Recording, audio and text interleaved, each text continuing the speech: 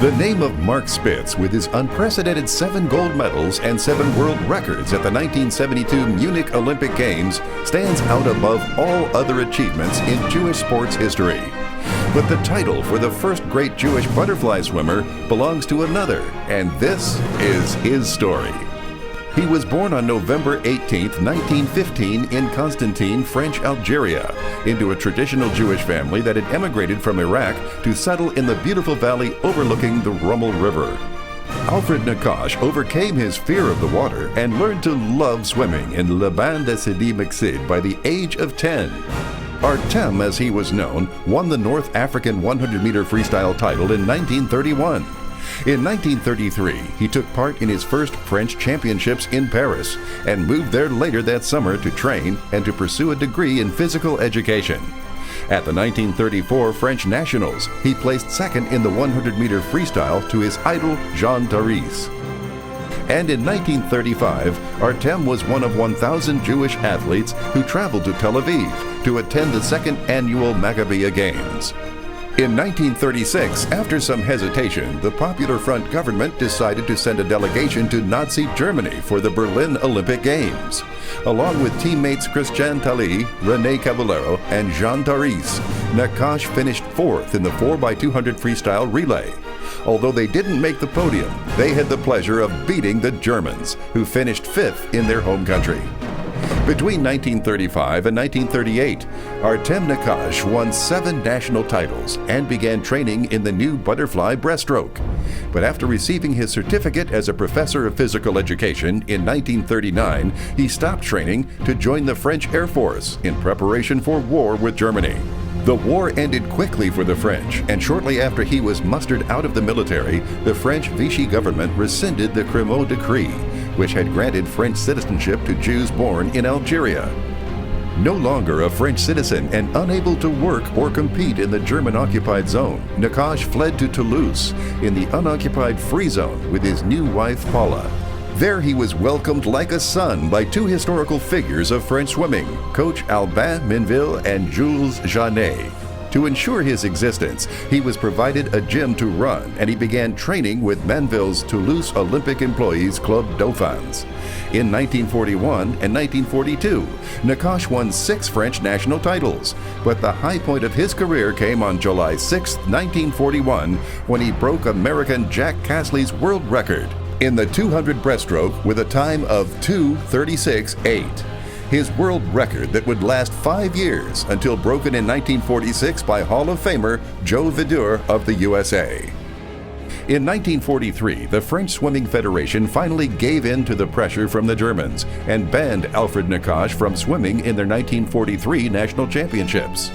Although many of the country's best swimmers refused to compete without Nakache, their support couldn't save him from the Nazis.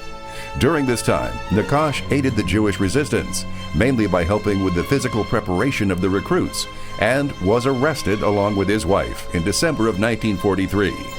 Their 2-year-old daughter Annie was later discovered by the Gestapo hiding with some friends. When they arrived at Auschwitz, Artem was separated from his family and selected for a work detail. At the camp, there was a retaining tank that resembled a swimming pool. It was a constant temptation, and one day he led some of the prisoners into it for a swim. As punishment, the Gestapo made the Jewish champion swim even in the harshest of conditions. But it was a chance to swim and to live. Toward the end of the war, Nakache was moved to Buchenwald, where he was freed by the Allies in 1945. Of the 1,368 men, women, and children in their death camp convoy, Nakache was one of only 47 who survived. 4 months later, and weighing less than 100 pounds, he returned to Toulouse, where he lived with the Janet family. Amazingly, less than a year after the liberation of Buchenwald, he was part of the French team in 1946 that set a world record in the 3x100 medley relay and reclaimed his title as French national champion in the 200 breast. He completed a truly remarkable comeback by qualifying for the 1948 French Olympic team in 2 sports. At the London Games, 34-year-old Alfred Nakache swam well enough to reach the semifinals in the 200 breaststroke. And after swimming concluded, he was a member of the French water polo team that finished in 6th place overall. Nakache retired from swimming in the early 1950s, and he helped train 1952 Olympic champion Jean Boiteau.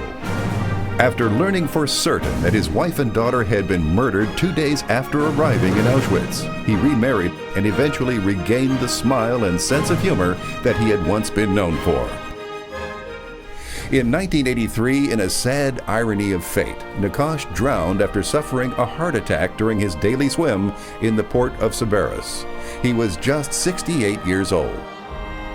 With his long overdue induction, Artem will forever be reunited with his world record-setting relay teammates Georges Valery and Alex Janet in the International Swimming Hall of Fame.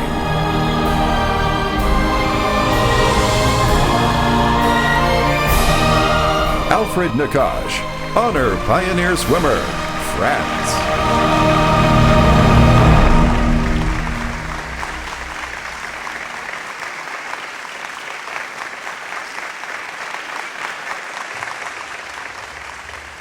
Dear ladies and gentlemen, Alfred Nakache was my great uncle.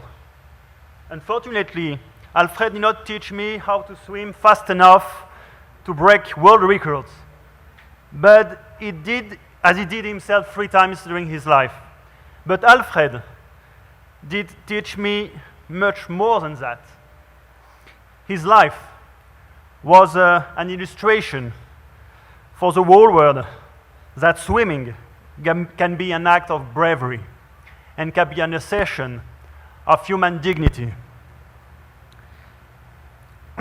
As a Jewish athlete, competing in the 1936 Olympics in Berlin with the French team and beating Germany was a source of pride. Setting a world record in 1941 in Nazi-occupied France was for him an affirmation of his freedom. Swimming in the water tanks of the camp of Auschwitz-Birkenau was an assertion of his human dignity.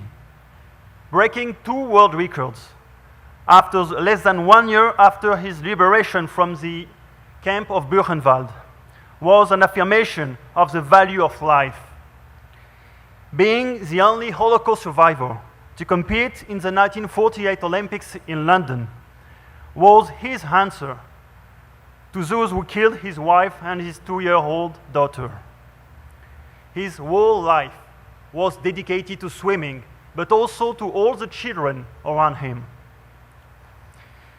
On behalf of the Nakache family, on behalf of his surviving brother and sisters and nephew and nieces, on behalf of the whole family, I would like to thank the International Swimming Sports Hall of Fame for choosing to induct him tonight. May his memory be a blessing for all those in the swimming pools or outside who choose to try to break records and to surpass themselves.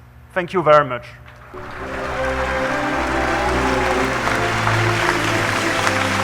And here to accept the award on Alfred Nakache's behalf is Jonathan Arfi, and I'm proud to present this to you.